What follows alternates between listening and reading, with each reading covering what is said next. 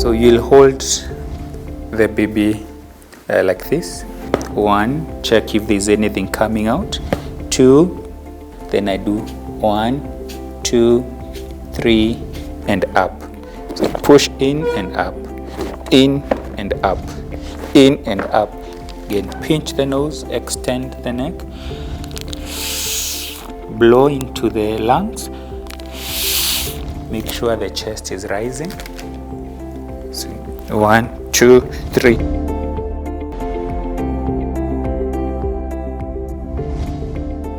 While it takes 6 minutes to lose or save a child's life, do we know what to do in case a child under our care burns, chokes, falls, or is just in some sort of an accident?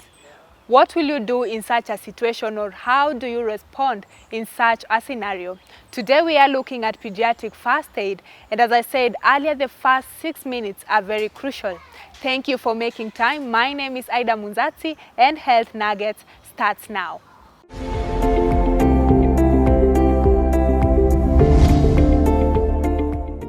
Pediatric first aid is the immediate care given to a child or infant who has become injured or who has become ill prior to the arrival of qualified medical assistance. Worldwide, more than 600,000 children, which amounts to 20% of children under the age of 15, are killed by unintentional injuries, most road traffic injuries, drowning, burns, falls, chokes, and poisoning. The aim of a pediatric first aid or any other first aid is to preserve life, prevent worsening of an injury, promote recovery, and relieve pain. With basic first aid knowledge, you could be the difference in a life-threatening scenario.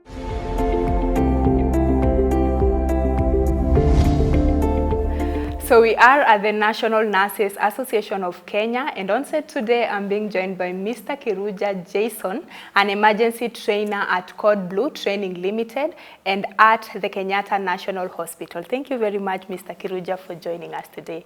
Okay, thank you for having me. Okay, so what do you do at Code Blue Training Limited? Okay, so Code Blue Training Limited is a company and a group of trainers who have joined together to train both healthcare workers and communities, that is caregivers and institutions, in emergency preparedness and in emergency care.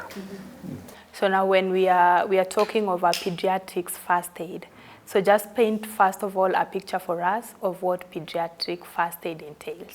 Okay, so first aid meaning is care happening at home or at school.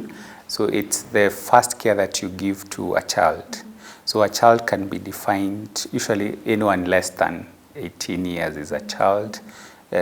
Some of our Ministry of Health guidelines also paint a child as somebody who is less than 12 years. Yeah, but generally, someone who is less than 18 years is regarded as a child.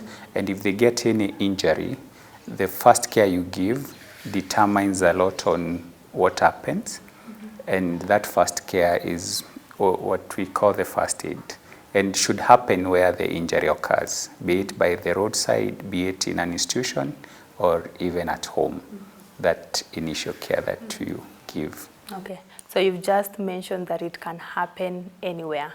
So what are some of these emergencies that you are looking at? So the common emergencies, especially at home or institution, could be choking. So choking could be near drowning in swimming pools, burns at home, could be also fractures and other injuries occurring from blunt trauma or falling from a height. So all those are some of the common injuries that children get. And also remember, babies collect and pick things and put in their mouth. So poisoning is also part of the emergency issue that we deal with. Now going straight to now, how do we handle these particular situations? When you're talking of choking, we are surrounded by children everywhere. So how do we handle choking? Yeah, so choking, as you said, usually happens when the baby is being fed, or even somebody, an older child feeding themselves, they can choke. And choking occurs when a solid particle goes into the windpipe. That is not where it's supposed to be, and it can block the windpipe. So if the blockage is partial, you'll be able to cough. And coughing is the best way of removing any item from your windpipe. So when somebody is coughing, you allow them to continue coughing. So you'll be worried and you need to take a different action when they fail to cough. So when there is no cough, or you see the cough is diminishing, the effort to cough is diminishing, then you must intervene. So, and the intervention we'll do them in a practical session soon, and it entails for infant, those are small babies, less than 1 year. We start by giving them back slaps. Between the shoulder blades, we do 5 back slaps, giving 1 blow at a time, and checking if the blow is able to dislodge whatever items had gotten into the windpipe. So then, if the 5 back blows don't work, then you'll turn the baby and do 5 chest thrusts. I'll also demonstrate how they are done. 1 thrust at a time on the chest, pushing on their chest to try to push the object, create pressure to push the object up, and you push 1 at a time, checking if you're able to see the object. If you'll only remove what you can see, as we always discourage people from blindly sweeping a finger. Trying to find. Yeah, because you can worsen the obstruction. So you only can remove what you can see. So and then, or you let it fall off if it has come out, but don't do a blind finger sweep. So you'll be doing the chest thrust, 5 of them. So pressing on the breastbone. So you press 5 times. So each time checking if the object is able to come out. If it doesn't come out, then you continue alternating with the 5 back blows. So you'll do that until the object comes out. Just to take you back a little, you've said that when this particular child is coughing, so when they are coughing, what does it mean? And when they are not coughing, what does that mean? So when they're coughing, it means the obstruction is partial. It's not full. And that is, they are able to get air into their lungs and try to push the object out. So as long as they are coughing, you just encourage them to cough. You can tap their back a bit to just encourage the person to cough. And you'll keep observing and see if they're coughing. And if the cough is good enough, it will remove the object. So then if they don't cough, it means now it is a complete obstruction. So there's no air getting in. So that is when you need to do the 5 back blows for the infant. So those are the babies less than 1 year. So infant, you said it's a baby less than 1 year. So if they are coughing, we said you just encourage and watch the baby cough. So you'll be worried if the cough stops or they are not coughing. You see they are struggling to breathe and they are not coughing. Or there was maybe somebody was feeding the baby and then all of a sudden the baby has stopped breathing. So you suspect choking. So if the choking is complete, there is no cough, then how we said that you'll hold the baby like this. So why I'm holding on the jaw, the hard part of the jaw, is so that I don't block the mouth. In case the object comes out, is able to fall off. Then I'm supporting the baby on my hand. The baby is astride on my hand. And then, as you can notice, the head is lower than the body, also making use of gravity, so whatever comes out is able to fall. So if the baby head is high, then whatever comes out can remain in the mouth. So then you said between the shoulder blades, you do 1 blow at a time. So 1, check if there's anything coming out. 2, 3, 4, 5.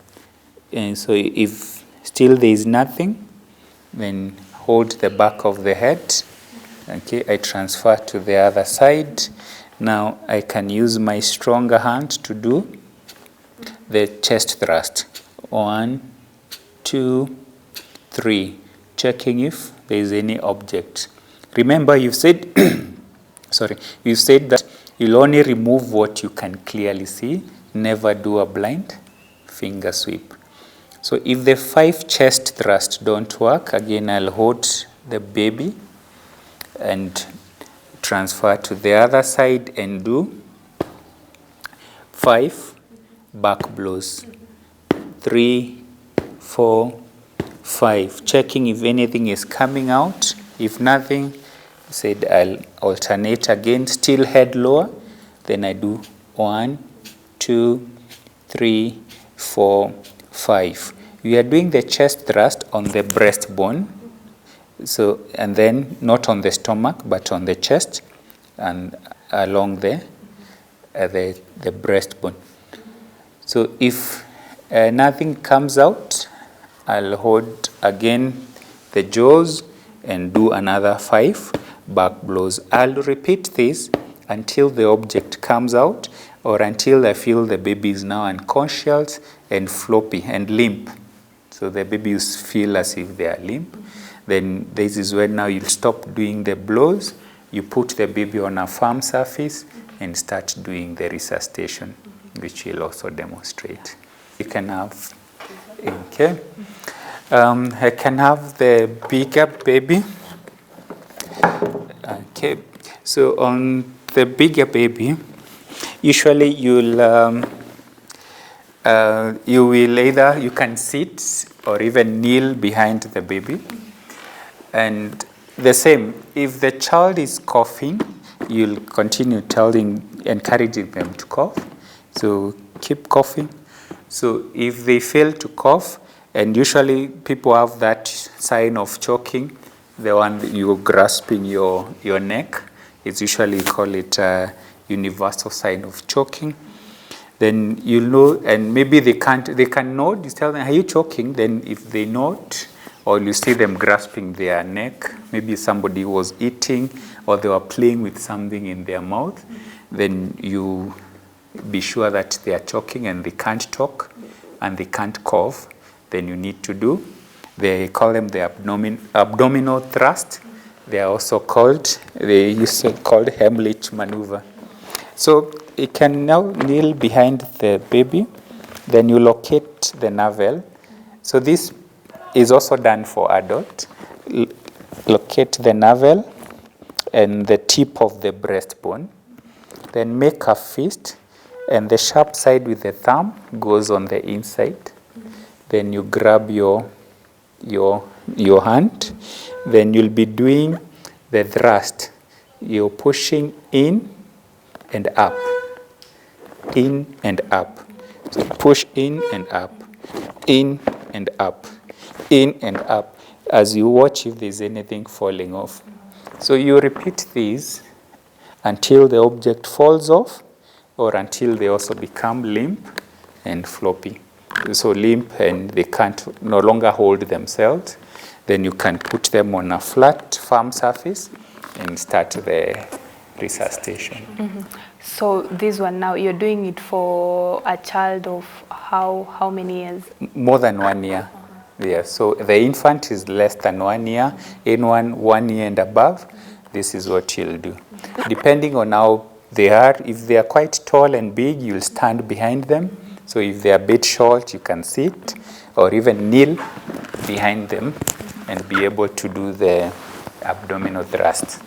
Okay, so you're able to locate the navel and the tip of the breastbone, make a fist, the sharp side, then you'll be doing in and up until the object falls off or until they become unconscious. Then you can place them down and start the resuscitation.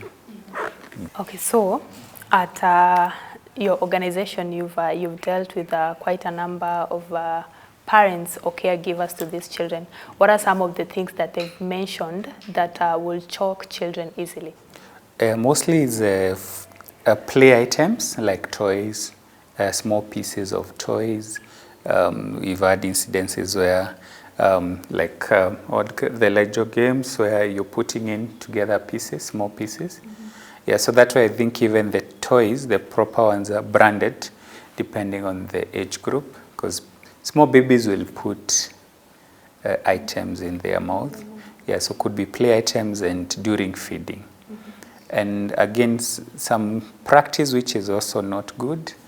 Some people, when they want babies to take more food, especially maybe porridge, they'll pinch the nose and try to feed the baby. So that a wrong practice, should not be done. Yeah, so because it interferes with the baby the way they are naturally supposed to swallow, and they can either, if it's liquid, we call it aspiration and causes bad pneumonia if porridge goes to the windpipe, or if it's solid food, then it can cause the choking. So it's food particles and play items, toys, coins, small coins. Yeah. So anything that the baby is playing with. Yeah, so either during feeding or playtime when they're putting items in the mouth. Okay, so we can talk of near drowning. Yeah, before we talk to near drowning, I think another item that causes special kind of injury, they are the small batteries which look like coins. The small batteries for watches, or for the circular batteries that look like coins. So those ones, they cause burn. So because apart from choking you, it's also burning you.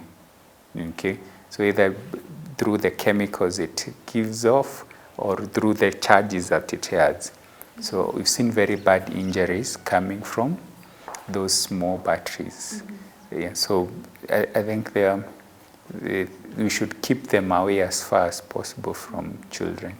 We've seen them cause quite bad injuries. Okay, so we go to drowning. You can just explain why near drowning and not drowning. Okay, so drowning, usually it tells of somebody who has already died. So if you can be saved, you call it near drowning. And near drowning is when somebody is submerged in water for some time, and if you can retrieve them safely, then you're able to do first aid. And the first aid that we do, usually all the first aid that we do, we encourage on the first thing is to observe safety. Safety for you as a person rescuing. You're safer with one casualty than with multiple casualty, because if you're casualty yourself, you'll not be able to help the other person. So safety, so you can be able to safely pull the person out of water. Then you're able to put them on a flat surface, and now you start checking if they have a pulse. So if they don't have a pulse, then you start doing the chest compressions, as you'll do. And then you check if they are breathing after doing the chest compressions. And if they are not breathing, then you'll have to breathe for them the same way you are doing for somebody who is not choking. It does not help to press on their stomach to push the water out. Yeah, so if you push the water in the stomach, if there is any, it goes up and goes where you don't want it to go. As somebody is vomiting the water, it can now go to the windpipe and cause more problems. So if it's in the stomach, don't press on the stomach to push the water out. So you just want the person to breathe. So if they are breathing, they'll absorb the water and they'll be okay. So you just want the person to breathe. Yeah, so your key thing is to push the water, is to push air into their lungs. So it's doing the resuscitation, the CPR, and doing the chest compressions and pushing the air into their lungs if they are not breathing. And then you also repeat the steps that I'm going to demonstrate. For babies, we do 15 compressions, giving 2 breaths. 15 compressions, 2 breaths. So in terms of now poisons or any other chemical that a child can ingest, what are some of the things that you can do to this child? Yeah, so I think poison is defined as anything which you taken in excess amount is causing harm to the body. So, and usually at home there are various types of poisons, and children take and consume many type of poisons. Yeah, so I think for home care, the thing is to identify the poison, and this we can now tell someone to call for an ambulance if they are able to, and take the person to the hospital as soon as possible. It's good to identify the type of poison, because at the hospital the treatment depends on the poison that is taken. Again, make sure that you're safe and you're able to. Nowadays you can even take a photo of the container, yeah, or even note the name. You may not need to carry the whole container, so of the poison that the child has taken or the substance that they have taken. Yeah, so here we'll just encourage the person to identify the poison, because that has an implication on the treatment. And then if there are farm chemicals, okay, so you can note the chemical, then rush to the hospital. We'll discourage also giving any type of substance like water or even milk at home. Okay, some of them can induce vomiting, and depending on the type of chemical that is used, it can also now go to the windpipe, go to the lungs, and cause more injury, which can even kill faster than if it is in the stomach. Yeah, so you don't want to induce the vomiting, so that can lead to more damage if that chemical goes up and now goes to the windpipe and into the lungs. So we are discouraging giving milk, water, or inducing vomiting. So identify the poison and rush to a health facility with a proper emergency care. So, but key thing is to also identify the poison, because that will matter a lot in the treatment at the hospital. Okay, and in terms of burns? Yeah, so so burns also occur at home, and we are told that most of the burns at home occur during the cooking time or meal preparation of food, during the serving of food. Yeah, so I think that also has an implication on how we need to prevent the burns. So prevention of burns is very key. So burns vary in terms of how deep it has burned the skin and how big the surface area that it has burned. So for the depth of the skin, so we call them first degree burns. They're the ones that only cause the reddening of the skin. So there are second degree burns. They're the ones which form blisters, blisters with clear fluid. Then the third degree burns, the whole skin is burnt off, and you'll just see a white layer which is left. So usually, regardless of the size, the second degree and third degree must be taken to a hospital. Even the first degree, if it's large enough, it's painful. So the reason to go for hospital could also be getting pain relief. Yeah, so that especially if it's a child, they are not hurting so much. So yeah, so first thing about burns could either be due to steam at the time of cooking, due to water or solids. The key thing is to stop the burn, and usually you can run the burn part with cool water. Okay, not ice water, just cool normal tap water to stop that burn, to remove the heat and stop the burning. Don't break any blisters. just take the person to the hospital. They'll get proper dressing at the hospital. So, but the first step is to stop the burn, especially if it's heat. Then you can pour cool water, let it run to cool off the area and stop the burning. Then the other thing is, we said the prevention of burns is very key, and we said it's around the time of cooking, where you place the stove, where you place the jiko, really matters a lot.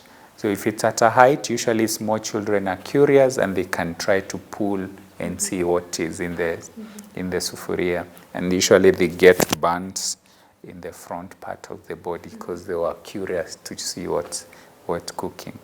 So where you place the stove also matters, should be not where children can reach. And also some, they knock when they are running around, they can knock water which was being boiled on a stove which was on the floor. Yeah, so placing the stoves and the cooking places, you need to be careful so that it's not a place where a child can knock off and they get burns on their feet because of the water which tipped over, or hot tea which was somewhere they knocked it off. So burns, the key idea is to prevent the burns. So the first aid at home is to stop the burning by flushing with water. As you get to the hospital, it's okay to start some pain relief because the burns can also be quite painful. Yeah, so as you get to the hospital. So at home, don't break the blisters. You need, because when you break, you're now exposing the skin and can be an entry point for any microorganisms, any germs to get and cause infection. So if at the hospital, they may break and do proper dressing. And do you cover it? Are you supposed to cover it? The one which is the skin is intact, you may not need to cover. Don't apply Vaseline or what other things people apply, toothpaste. Yeah. So the one which the skin is eroded, you may need to cover as you get to the hospital. Okay. And if you have a first aid kit with the gauze which is non-sticky, you can use that to cover the burns because it's easy to remove once they get to the hospital. So you can look for bandage or dressing in your first aid kit which is non-sticky. So it looks as if it has a layer of Vaseline on it. Yeah, so you can apply that and you're able to get to a health facility. Yeah, so but where the skin is broken, and also a large, we said, even if it's first degree and it's occupying quite a big part of your body, then you really also need to get to a health facility. Okay. So at home you can just stop the burning. Could also be a chemical burn, could be an acid, it's a chemical burn. Water is always a good thing to wash off. Anything on the skin, pour a lot of water and just cool tap water to wash out any chemical which is burning the skin or any heat on the skin. Then you can transfer to a health facility. We are surrounded by children everywhere, and the most important part for the pediatric first aid is to promote life, relieve pain, and prevent injuries from getting worse. Join us for the next part of this conversation on our next episode. My name is Aida Munzatsi, and thank you for keeping it Health Nuggets. As always, your health matters.